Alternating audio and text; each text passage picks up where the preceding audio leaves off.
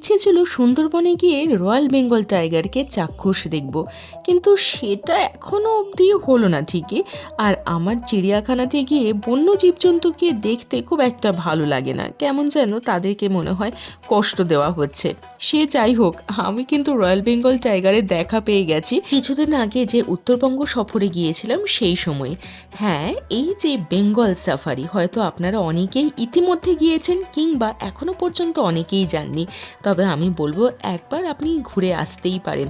এমনিতেই পাহাড়, জঙ্গল আর জল হাওয়া সব কিছুই একেবারে পর্যটকদেরকে ভীষণভাবে টানে। তার উপর একটা বাজেটেরও ব্যাপার আছে, ভীষণ কম খরচের মধ্যেই উত্তরবঙ্গ সফর কিন্তু হয়েই যায়। অনেক ক্ষেত্রেই দেখা যায় ট্রেন রয়েছে রাতের দিকে কিংবা ফ্লাইট রয়েছে বিকেলের দিকে, আপনারা নেমে এসেছেন সকালবেলায়, তবে এতটা টাইম শুধুমাত্র হংকং মার্কেটেই আপনি কাটাবেন? তাছাড়া হয়তো হংকং মার্কেটে বহুবার ঘুরে এসেছেন, তাহলে সেই টাইমটুকু চলে যান বেঙ্গল সাফারিতে। সত্যি বাচ্চাদেরও কিন্তু দারুণ লাগবে। আমরা গেছিলাম গ্র্যান্ড সাফারিতে, যার মূল্য ছিল 400।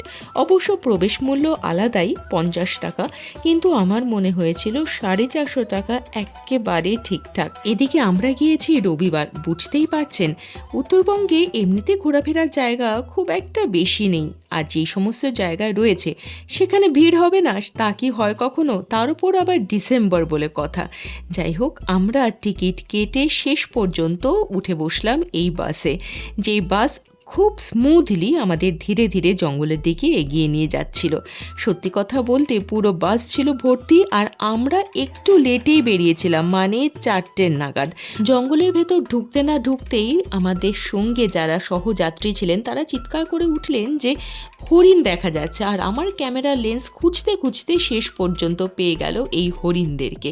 সত্যি এতগুলো হরিণ একসঙ্গে দেখে বেশ ভালো লাগছিল। আগে যে দেখিনি তেমনটা কিন্তু নয়, কিন্তু সে যে প্রত্যেকটা সফরের একটা আলাদা আলাদা মজা রয়েছে, আলাদা আলাদা আনন্দ রয়েছে।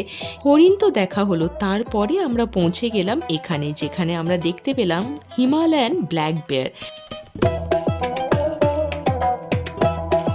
দিব্যি কি সুন্দর হেঁটে চলে বেড়াচ্ছে দেখুন। তবে হ্যাঁ, একটা কথা মাথায় রাখবেন, এই এরিয়াটা না ভীষণ বড়, সেজন্য একটু তাড়াতাড়ি যাওয়ার চেষ্টা করবেন সময় নিয়ে। এই এরিয়া থেকে বের হতে না বের হতেই দেখা হলো এই চিতাবাঘের সঙ্গে, মানে লেপার্ড। টি গার্ডেন এরিয়াতে যা খুব সহজেই দেখতে পাওয়া যায় বা সচরাচর দেখতে পাওয়া যায়। হঠাৎ একটা গল্পের কথা মনে পড়লো। আমরা একটা টি গার্ডেনের ভেতর দিয়ে যাচ্ছিলাম, সেই সময় আমার হাজব্যান্ড একটা পার্টিকুলার জায়গা দেখিয়ে বলেছিল এখানেই নাকি এক সাইকেল আরোহীর সাইকেলের পেছনের সিটে হঠাৎ করে টি গার্ডেন থেকে একটা লেপার্ড এসে বসে পড়েছিল, মানে জাম্প করে এসে বসে পড়েছিল। আর যখন বুঝতে পারলো সাইকেল আরোহী তার পেছনে লেপার্ড বসে আছে, বুঝুন তার মনের অবস্থাটা কি হতে পারে। সাইকেল ছেড়ে তেড়ে দৌড়, চাচা আপন প্রাণ বাঁচা, এই আর কি। এই সমস্ত কথা বলতে বলতেই আমরা এগিয়ে যাচ্ছিলাম। বেঙ্গল সাফারিতে এসেছি আর রয়্যাল বেঙ্গল টাইগার দেখবো না তা তো হয় না, এগিয়ে চলছিলাম সেদিকেই।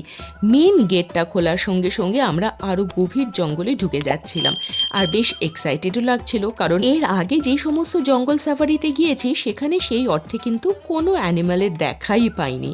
যাই হোক, ময়ূরীকে দেখতে দেখতে ভালোই লাগছিল, মনে হচ্ছিল কতক্ষণে দেখতে পারবো, যার জন্য এখানে আসা, সেই রয়্যাল বেঙ্গল টাইগারকে।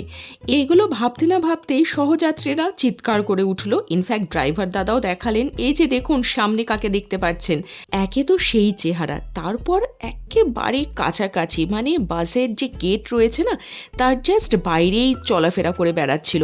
কেমন যেন মনে হচ্ছিল এরা সবাই বোধহয় ট্রেনিং প্রাপ্ত, যাতে ট্যুরিস্টরা খুব ভালো করে দেখতে পারে, তার জন্যই মনে হচ্ছে তারা ঘোরাফেরা করে বেড়াচ্ছে। অবশ্য ড্রাইভার দাদা বললেন যে এদের এখন খাওয়ার সময় হয়ে গেছে, সেজন্য এরা একটু বেশি অ্যাক্টিভ রয়েছে, এদের এই সময় খাবার দেওয়া হয় এবং যে যার শেল্টারে চলে যায়। আমাদেরও এবার সময় হয়ে গেছে এই জঙ্গল থেকে বেরিয়ে যাওয়ার। বাস ছুটে চলল তার নিজের গন্তব্যস্থলের দিকে, আর এদিকে সূর্য প্রায় অস্ত যায়।